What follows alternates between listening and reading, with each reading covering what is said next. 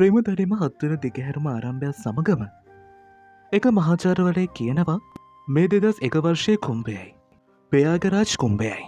මෙම කුම්භය සඳහා හැම බාලාතයකම ලක්ෂ ගානක පූජකවරු මේ සඳහා සහභාගී වෙනවා. සෑම ආගමකම ආගමික ගුරුවරු ආගමික ආධිකාරී උද්ද ආධිකාරී ගුරුවරු සංගම් මෙවර පැවැත්වෙන කුම්භය සඳහා සහභාගී වෙනවා. ඉතින් මේ හැම පූජකවරු පිරිසක්ම එක තැනකට රැස් වෙනවා අපිට දැකගන්න පුළුවන් වෙනවා. ඉතින් මේ පූජකවරු මේ තැන රැස් වෙද්දී ඒගොල්ලෝ කල්පනා කරන්නේ ඇයි ඔහු අපිට එන්න කිව්වේ? මොකද සිද්ධ වෙන්නේ යන්නේ කියලා. ඉතින් මේ විදිහට මේ පූජකවරු සංවාදයේ යෙදෙද්දී මෙතන ඉන්න තවත් පූජකවරයෙක් කියනවා ඔබලා හැමෝම සංසුන් වෙන්න කියලා. ඒත් එකම පූජකවරයෙක් ඇවිල්ලා කියන්නේ ඇයි ඔහු අපිට එන්න කිව්වේ? මොකද මේ වෙන්නේ යන්නේ කියලා. අද වගේ විශේෂ දවසක ඇයි ඔහු අපිට එන්න කිව්වේ? මොකක් හරි විශාල කරදරයක් වෙන්න යනවද? ඒත් එකම පොස්ටේවිල්ල කියනවා විනාශයක් වෙනවා. හැබැයි දැම්ම නෙවෙයි කියලා. ඒත් එකම ඔහු කියනවා පූජකවරුන්ට ඔයාලා මෙතනින් වාඩි වෙන්න කියලා. පූජකවරු වාඩුණින් පස්සේ මේ පොස්ටේ කියනවා මට සමා වෙන්න. අද වගේ දවසක මම ඔයාලව මෙහෙට කැඩවුවට. මොකද අපි එක ජාතියක්, එක රටක්. අපේ ඇඟේ තියෙන එකම ලේ. ඒ වගේම අපිට තියෙන එකම එක අරමුණයි. ඒ තමයි අපේ හතුරන්ගේ මේ දේශය ආරක්ෂා කරන එක. ඒ දේශන් ද්‍රෝහීන් මෙහෙට ඇවිල්ලා අපේ මිනිස්සුන් මරලා දානවා. ලොකු විනාශයක් ඉදිරියට සිද්ධ වෙනවා. මට ඒක මේ ගහලෝක සහ තරුරට පිහිටලා තියෙන විදියට දැනගන්න පුළුවන් වුණා. අද නැවතත් ඒ අර්බුදේ පැමිණීමේ නියමිතයි. ඒත් එකම පූජකවරයෙක් අහන්නේ මොන අර්බුදයක්ද? පොස්ටර් කියනවා අර්බුදේ ආවේ නැහැ. හැබැයි එන්න යන්නේ කියලා. 2025 දී පූජකවරයෙක් අහන්නේ ඔයා කොහොමද එහෙම කියන්නේ කියලා. පොස්ටර් කියනවා මම නෙවෙයි. මේ ගහලෝක සහ තාරකා මණ්ඩලය ගැන කියන්නේ. බ්‍රහස්පති වසර 12කට පස්සේ සූර්ය වටේ කැරකෙනවා. සූර්ය මකර රාශියට ඇතුල් වෙද්දී ඒ කුම්භය නිර්මාණය වෙනවා. ඒ කුම්භ ලග්නය ස්ථාන 4ක තියෙනවා. ඒ කුම්භ 4 තමා අලාබාද්, නසින්, උජ්ජේන් හා හරිවාඩ්. ඒ අලාබාද් හඳුන්වන්නේ කුම්භය ලෙසයි. ඒත් අපිට ප්‍රශ්නේ තියෙන්නේ මහා කුම්භය ගැන. වසර ගානකට පස්සේ ඒ මහා කුම්භය නැවත ඇති වෙනවා. මේ 2001 වර්ෂය 2025 වර්ෂයේදී මහා කුම්භ ඇති වෙනවා. ඒකින් මේ දේශයම අපි හැමෝම වෙනස් වෙලා යයි. ඉතින් මේ විදිහට මේ ප්‍රොසෙසර් වෙන්න යන කරදරය ගැන ඔවුන්ට තේරුම් කරලා දෙනවා. ඊට පස්සේ මේ පොසිට කියනවා මම මේ පරීක්ෂණ ටික අරගෙන දකුණු ප්‍රදේශයේ පිහිටලා තියෙන දේවාලට ගියා කියලා. ඒ දේවාලේ ඉන්න නාදි ශංශේ පණ්ඩිත් ඔහු තැන්පත් කරලා තිබ්බේ ග්‍රන්ථවලින් මට මේ දේවල් පැහැදිලි කරා. ඒ පණ්ඩිත් කියනවා 2024 දී ලොකුම විනාශයක් සිද්ධ වෙන්න යනවා කියලා. මේ පොස්ටේ කියනවා නාදි ශාස්ත්‍රයේ පණ්ඩිත් කියපු විදියට ඒ දේ සිද්ධ වෙන්න 2025 කියලා. කලින් සිද්ධ වුණා වගේම යුද්ධයක් ආපහු සිද්ධ වෙනවා. මේ යුද්ධය නිසා මේ මුළු දේශෙම විනාශ වෙලා යයි. අපේ හතුරන් මේ දේශයට මේ වෙදිත් ඇතුළේ ඉන්නේ. ඉතින් මේ විදිහට පොස්ටේ විශාල මේගොල්ලොන්ට පැහැදිලි කරද්දී අපිට පෙන්නනවා. ඒක ගෙදරක්. ඉතින් ඒ ගෙදර තමයි සූරි ෆැමිලි එක කියලා කියන්නේ. ඉතින් ඒ ගෙදර දරුවගේ උපන්දින පාටිට ලෑස්ති වෙන අම්ම කෙනෙකු සහ තාත්තා කෙනෙක් තමයි අපිට මුලින්ම පෙන්නන්නේ. ඉතින් මේ විදිහට මේ දෙපළ පුතාගේ උපන්දින ශාදය ලෑස්ති කරද්දී මේ ගෙදර බෙල් එක නාද වෙනවා. ඒත් එක මේ කාන්තාව කියන්නේ මේ රෑ කවුද ආවේ කියලා. තාත්තා කියනවා ඒ අපේ ඩොක්ටර් වෙන්නති. මං ගිහලා දොර අරින්නම් කියලා. ඔහු දොර අරින් පස්සේ දකින්නවා මිනිස්සු 4 දෙනෙක් ඇවිල්ලා ඉන්නවා කියලා. ඉතින් ඇත්තටම මේ මිනිස්සු ඉන්දියාවේ කට්ටිය නෙවෙයි වෙනත් රටකින් ආපු මිනිස්සු වගේ. ඒ කියන්නේ දේශද්‍රෝහීන්. මේ මිනිස්සු කියනවා අපි ගොඩක් දොරින්දන් ආවේ. ඔයාලට පුළුවන් අපිට වතුර ටිකක් දෙන්න. ඉතින් මේ තාත්තා කියනවා දැන් කුණාටුකුත් දෙන්න හදන්නේ. එහෙනම් ඇතුළට එන්න කියලා. එහෙම කියලායි තාත්තයි මේ මිනිස්සු 4 දෙනා ඇතුළට එනවා. මේ තාත්තේ මිනිස්සු ගෙනාපු බෑග් එකක් බිමින් තියද්දී ඒ බෑග් එකේ තියෙන බඩු වර්ගයක් බිමට වැටෙනවා. ඒත් එක්කම ඔහු තේරුම් ගන්නවා මෙයාලා ඉන්දියාවේ කට්ටිය නෙවෙයි. එයාලගේ දේශයේ හතුරන් කියලා. ඒ කියන්නේ දේශද්‍රෝහීන් කියලා. මේ ගැන ඔහු කියනවත් එක්කම මෙතන ඉන්න මිනිස්සෙක් මේ මිනිස්සයට පිහින් ඇනලා මරලා දානවා කියලා තමයි අපිට දැක ගන්න පුළුවන් වෙන්නේ. ඒත් එක්කම පොසිට විශාල් කියනවා දැන් මේ විනාශය ආරම්භ වුණා. ඒත් සැබෑම විනාශය ආරම්භ වන්නේ 2025 වර්ෂයේ කියලා. ඒත් එක්කම පූජකවරයෙක් අහන්නේ ඒ විනාශයෙන් අපිව බේරගන්නේ කවුද කියලා. පොසිට විශාල් කියනවා ඒ අපිව බේරගනි කියලා. ඇය අනිවාර්යෙන් පැමිණේ. ඒත් එක්කම පූජකවරයෙක් අහන්නේ කවුද ඒ කියලා. ඒත් එක්කම විශාලට මතක් වෙනවා අර දේවාලේ පණ්ඩිත් කියපු කතාව. මේ දේශයේ වෙන්න යන යුද්ධයෙන් අපිව බේරගන්න විෂ්ණු දෙවියන් සහ ශිව දෙවියන්ගේ එක් සුරූපයක් මෙහෙට පැමිණේවේ. ඒ අපිව බේර ගනිවේ. ඔය එයාව හොයා ගන්න ඕන. මොකට හොට විතරයි ඒ යුද්ධයෙන් අපිව බේරගන්න පුළුවන්. ඔය එයාව හොයාගෙන ඔය එයාට මේ හැම්ම දෙම කියන්න ඕන කියලා තමා මේ පණ්ඩිත් කියන්නේ. විසාල් කියනවා සතර දිශාවෙත් මේ ලෝක තුනෙත් එයාව නවත්තන්න කිසිම කෙනෙක් නෑ. එයා පැමිණේවේ. පූජකවරේ කහනව කවුද? එතකම විශාල් කියනවා පුරුෂයෙක් නෙවෙයි, ස්ත්‍රියක් නෙවෙයි, සත්වයෙක් නෙවෙයි, මනුෂ්‍යයෙක් නෙවෙයි, එවගේම රාක්ෂයෙක් නෙවෙයි, සූර දූතයෙකුත් නෙවෙයි, දෙවි කෙනෙකුත් නෙවෙයි. ඒ දෙවියන්ගේ උතුම් බැතිමත ඇයයි ශීව වරම්ලාභී අනන්ත කොළයේ නාගරාණී අනන්තා කියල තමා මෙතෙන්ට විශල්පූරි කියන්නේ. විසල්පූරි කියනවා ඇය ශිව දෙවියන් සහ විෂ්ණු දෙවියන්ගේ ආශිර්වාදයෙන් උපත ලැබපු කෙනෙක්. ශිව දෙවියන්ගේ උතුම් බැතිමට එයාගේ පාලයට සම්බ කරන්න කිසිම බලයක් නෑ. පූජිවරේ ගහනවා ඔයා කොහොමදව හොයා ගන්නේ? ඒත් එකම විසාට මතක් වෙනවා ආර දේවාල ඉන්න පූජකවරේ කියපු කතාව. අනන්ත කුලේ නාගරාණී අනන්තා ඔයාට යව හොයා ගන්න වෙනවා. උතුරු කඳුක්කරේ අවශාන ප්‍රදේශයේ තියෙනෙහි නගරේ ගොඩක් ඈට එක ගෙදරක පොඩි ශිවලිංගයක් ඇතේ. ඒ ගෙදර තමයි ඇයි ජීවත් වෙන්නේ. අනන්තා ඔය යව හොයාගෙන යන්න ඕන. ගිහිල් ඔයා යට මේ හැම දේම කියන්න ඕන. 2025 වෙන්න යන ඒ යුද්ධය ගැන. ඒ වෙනුවෙන් ඔයා එයාව පුහුණු කරන්න ඕන. පූජකවරේ කහනවා එයාව හොයාගෙන කවුද යන්නේ කියලා. ඒත් එකම මේ මහාචාර්ය විසල්පූරි කියනවා මම යනවා එයාව හොයාගෙන. ඇයයි නාග ලෝකයේ ආරක්ෂිකාව. ශේෂ් නාගින්ගේ සියලු ගුණවලින් සම්පන්න කියලා තමා මෙතෙන්ට මේ පොසෙට පවසන්නේ. ඊළඟ සීන් එකෙත් අපිට පෙන්නනවා විසල්පූරි අනන්තව හොයාගෙන යන ලෑස්ති වෙනවා කියලා. ඒත් එක්කම මේ ස්ථානෙට විසල්පූරිගේ පුතා වතුර එකකුත් අරගෙන එනවා. ඉතින් මෙතෙන්දී පුතා දෙන වතුර එක මේ විසල්පූරි බොනවා. ඒත් එක්කම විසාල් එයා මෙච්චර කාලයක් කරපු ඒ පරීක්ෂණ ටික පුතාට දෙන්නේ ඔයා මේ ටික ආරක්ෂා කරන්න ඕන. මේ තියෙන තාත්තගේ පරීක්ෂණ. ඔයා කිසිම කෙනෙක්ට මේ පරීක්ෂණ ටික දෙන්න එපා. එහෙම දෙයක් වුණොත් තාත්තගේ ජීවිතේට අනතුරක් වෙයි. ඒත් එක්කම මේ දරුවා කියන්නේ තාත්තයා මොනවද කියන්නේ? ඔයා කොහෙද යන්නේ? ඒත් එක්කම විසාල් කියනවා මට යන්න වෙනවා පුතේ. ආනන්දව හොයාගෙන. මොකද තව ටික කාලෙකින් මේ ලෝකෙට ලොකු වෙනසක් වෙන්න යන්නේ. හැබැයි ඔය එක දෙයක් මතක තියාගන්න පුතේ. මේ දේශය ආරක්ෂා කරන එක තමයි අපේ වගකීම. ඒ වගේම මේ රට වෙනුවෙන් ඔයාගේ තාත්තා ඒ පාරදුවට තියෙනවා. ඒ වගේම මට පොරොන්දු වෙන්න. මොන කරදරේ අවතෝ මේ දේශය ආරක්ෂා කරනවා කියලා. එහෙම විසාල් පුතාට කියලා අපිට පෙන්නන ඊළඟ සීන් එකේදී ආනන්ත ඉන්නවා කියපු ගෙදර හොයාගෙන විසල්පූරි යනවා කියලා. ඒත් එක්කම අපිට එක ගෙදරක් පෙන්නනවා.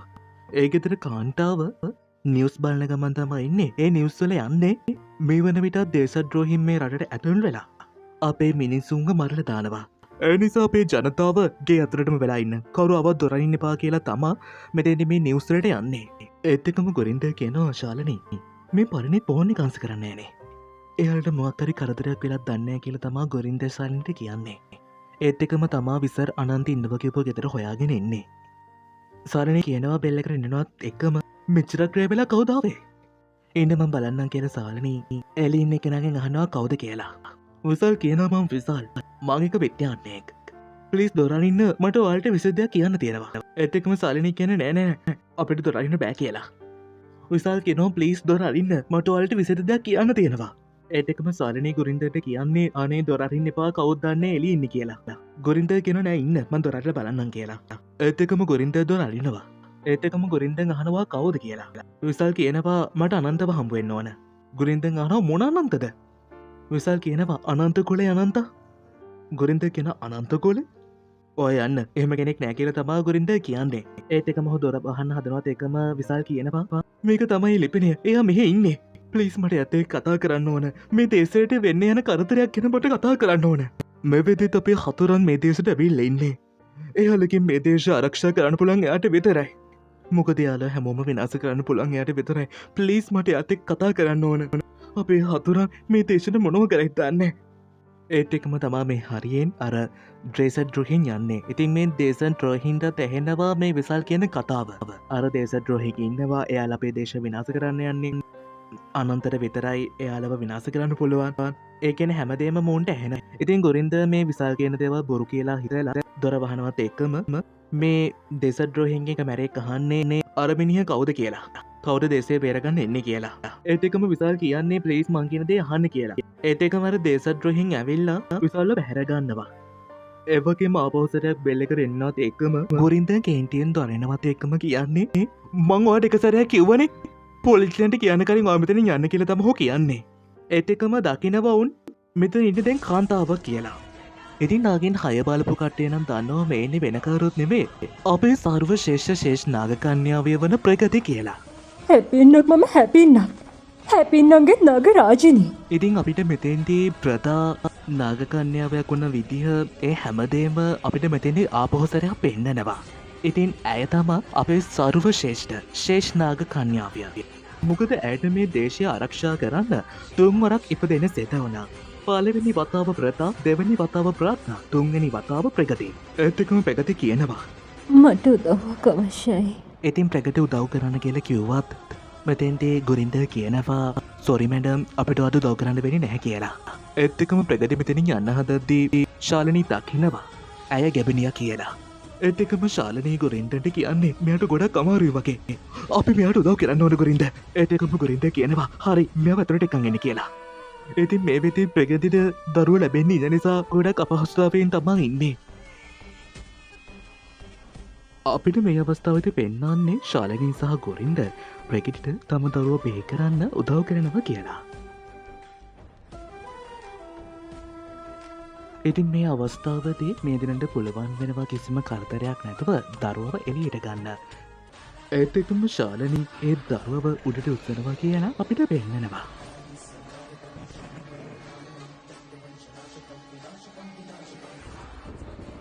ඒත් එකම ශාලිනී එම දරුවව ප්‍රගතිගාවින් තියද්දී ගොරින්ද කියනවා මෙයා එහෙම කියනවත් එක්කම ප්‍රගති කියනවා දුවෙක්.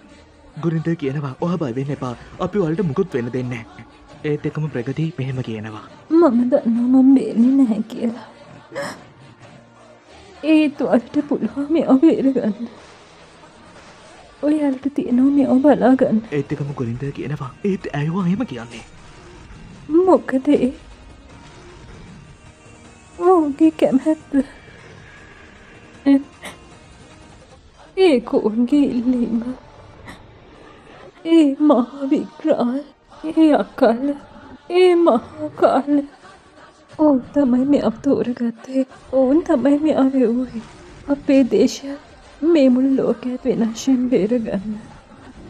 ගොඩක් අය ඒ මෙයා මරා දාන්න. ඒත් ඔබ මෙයා බේරගන්න ඕනේ. අද මම මෙයා බේරගත්තා වගේම මාව හඳුනනු ලැබේ සර්වශ්‍රේෂ්ඨ නාගිනිය නමින් මම ආත්මයන් 3ක් පසු කළා.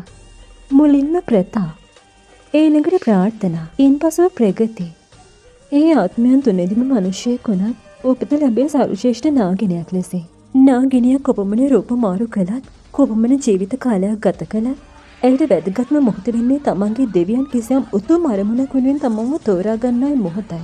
මාව තෝරාගෙන ලැබුවේ ඔබට උපත ලබා දීම සඳහායි. ඔබ සර්ව ශ්‍රේෂ්ඨයන්ට වඩා ශ්‍රේෂ්ඨ නාගිනියක් වේවි. සාමාන්‍යයෙන් විශ්වාස කරන නාගිනියෙකු වට පත්වන්නේ වසර 100ක තපස් රැකීමෙන් පසු වුණත් ඔබට වසර 100ක තපසක් අවශ්‍ය නැහැ. ඔබ නිතරම නාගිනියක් වේවි. ඔබ මේ ලෝකෙට ගෙනෙන මගේ ජීවිතයේ ලැබුණු ලොකුම භාග්‍යයයි. ඔබ එවුණු ලැබුවේ විෂ්ණු දෙවියන්ගේ ආශිර්වාදත් සමග ශේෂ නාග කුලයෙන්. ශිව දෙවියන්ගේ අමෘතයත් සමගයි. ಭಾರತ දේශයට උදාවන්නේ මහ විපත්තියෙන් දේශය බේරගන්නයි. ඉතින් මේ විදියට ප්‍රගති ඇගේ අතීත කතාව අපිට පැහැදිලි කරනවා. ඒත් එකම ප්‍රගති මෙහෙම කියනවා. ඇයි ඒවේ? මේ මහා බලගතු මාණික්කේ නව මහා බලගතු උරුමකාරී ඇයයි. ඔබ අයිති වෙන්නේ අනන්ත කුලයටයි. මේ මුළු විශ්වයම ඔබ තෝරාගෙන තිබෙන්නේ මේ ලෝකේ විනාශයෙන් බේරා ගැනීම සඳහායි. අද මම මේ සත් ලෝකෙටම අධිපතිනේ මහා බලගතු උරුමකාරියට උපත ලබා දෙනවා. ඔබේ අවුරුදු 3ක් වයසට සහෝදරියව මමගේ පවුලේ අය සමග තනිකර දමා යනවා. මොකද මේක ශිව සහ විෂ්ණු දෙවියන්ගේ නියෝගය. යමු. මම ඔබ රැගෙන යන්නම් ඔබේ දෛවය කරා. ඒත් එකම ප්‍රගතිය මෙතනින් යන්න හදනවත් එක්කම ඒත් එකමයි දකිනවා මේ හරියට උර්කය තුන්දෙනෙක් කියනවා කියලා. ඉතින් මෙතන ඉන්න එක උර්කයෙක් මෙතෙන්දී ප්‍රගතියට පහර දෙනවා. ඒත් එකම ප්‍රගති ගිහිල්ලා මෙම වැටෙනවා. ඉතින් ප්‍රගතියට ඕන වෙන්නේ මේ උර්කයන්ගෙන් තමගේ දරුවව ආරක්ෂා කරන්න. ඒත් එක්කම ප්‍රගති කියනවා උඹලා නතර වෙන්නේ නැහැ නේද? එහෙම කියලා ප්‍රගතිගේ නාගස්වරූපය මතු කරගන්නවා. ඒ සමගම මෙතනින් ඔර්කේ ප්‍රගතිට පහර දෙන්න හදනවත් එකම ප්‍රගති හරිය තියෙන පිහියකින් ඒ උර්කයට පහර දෙනවා. ඉතින් මෙතෙන්ට ප්‍රගති ගොඩක් කෝපයකින් තමා ඉන්නේ. ඉතින් ඒ උර්කයට පහරදීමෙන් ඒ ඔර්කයා මිය යනවා. ඒත් එකම අනිත් උර්කයෝ දෙන්නත් ටිකින් ටික ප්‍රගති ගවට ලංවෙනවා කියලා අපිට පෙන්නනවා. මොකද මේ ඔර්කයෝ දෙන්නත් ප්‍රගතිට ගොරවන ගමම් ප්‍රගති දිහා බලාගෙන ඉන්නේ ඔවුන්ට ප්‍රගතිව දඩයන් කරගන්න පුළුවන් වේ කියලා හිතලා. ඉතින් තව උර්කයේ ප්‍රගතිට පහර දෙන්න හදනවත් එකම ප්‍රගති ඒ පිහෙන් ඒ උර්කයටත් පහර දීලා මරලා දානවා. ඊට පස්සේ අනිත් උර්කයා ප්‍රගතිගේ ඇඟට පනිනවත් එකම ප්‍රගති ඒ උර්කයටත් පහර දීලා ඔහුවත් මරලා දානවා. ඊළඟ සීන් එකේදී ප්‍රගති මෙහෙම කියනවා. මගේ දියණිය අద్භූතයි, අලෞකිකයි, අඛණ්ඩයි, අනන්තයි. ඇගේ නම අනන්තා. එහෙම කියලා ප්‍රගති තම ජීවිතයෙන් සමුගන්නවා. ඒ වගේම මේ දෙන්නටත් මතක් වෙනවා අර මිනිස්සයා අනන්ත කියලා නම නේද කිව්වේ කියලා. ඊට පස්සේ අපිට පෙන්වන්නේ විසල්පූරිව ගැටක හරින තැන. ඒක දේශද්‍රෝහියෙක් ඔහුට ගහන ගමන් කියන්නේ කියපන් කවුද අපේ විනාශ කරන්න එන්නේ?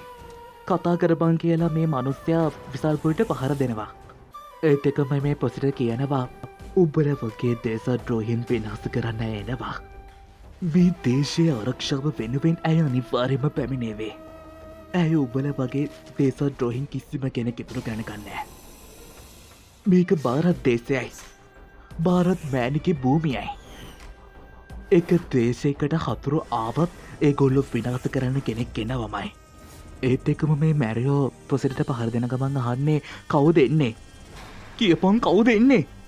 ඒත් එකම විසල් කියනවා ස්ත්‍රියක් නෙවේ, පුරුෂයෙක් නෙවේ, සත්වයෙක් නෙවේ, මනුෂ්‍යයෙක් නෙවේ, සුර දූතයෙක් නෙවේ, ඒ වගේම දෙවි කෙනෙකුත් නෙවේ. ඒ දෙවියන්ගේ උතුම්ම බැටිමට ශිව පරම්ලාභේ නාග ලෝකේ රැජින අනන්ත වංශේ නාග රැජින විස් බාරු කරන හැපින්න ශේෂ් නාග කන්‍යාවිය.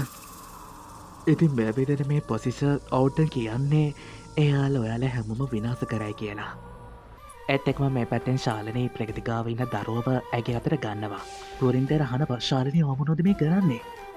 ශාලනී කියනවට වෙන මොනෝ කරන්නද? බලන්න මේ ළමයා කොච්චර කිව්ද? අපි අපේ ළමයි එක්ක මේ දරුවත් හදාගමු කියලා තමා මෙතෙන්ට ශාලනී තමන්ගේ සැමියට කියන්නේ. විසල්පූරි කියනවා දෙවියන්ගේ උතුම්ම වැටිමට අනන්ත වංශයේ නාග රැජින අනන්තා. එහෙම කියනව සමගම ඔහු මිය යනවා. එතකම ශාලිනී මේ පැත්තෙන් කියනවා දේව මෑණියනේ මේ දරුවව ආරක්ෂා කරන්න කියලා. එතකම මේ පැත්තෙන් මැරියෝ විසාට පහර දෙන ගමන් අහන්නේ කවුද එන්නේ? අපිව විනාශ කරන්න කවුද එන්නේ? කියපන් කියලා මෙතෙන්දී මේ මැරිය හයියෙන් කෑ ගහනවා. එතකම ශාලිනී අනන්තව උඩට උස්සනවත් එකම මේ පළවෙන එපිසෝඩ් එක අවසන් වෙනවා. ඉතින් මේ විදිහට දිගටම කතාව බලන්න කැමති නම් අපේ channel එක subscribe කරලා දිගටම එකතු වෙලා ඉන්නත් අමතක කරන්න එපා. එහෙනම් දෙවෙනි කොටසෙන් අපි හමු වෙමු.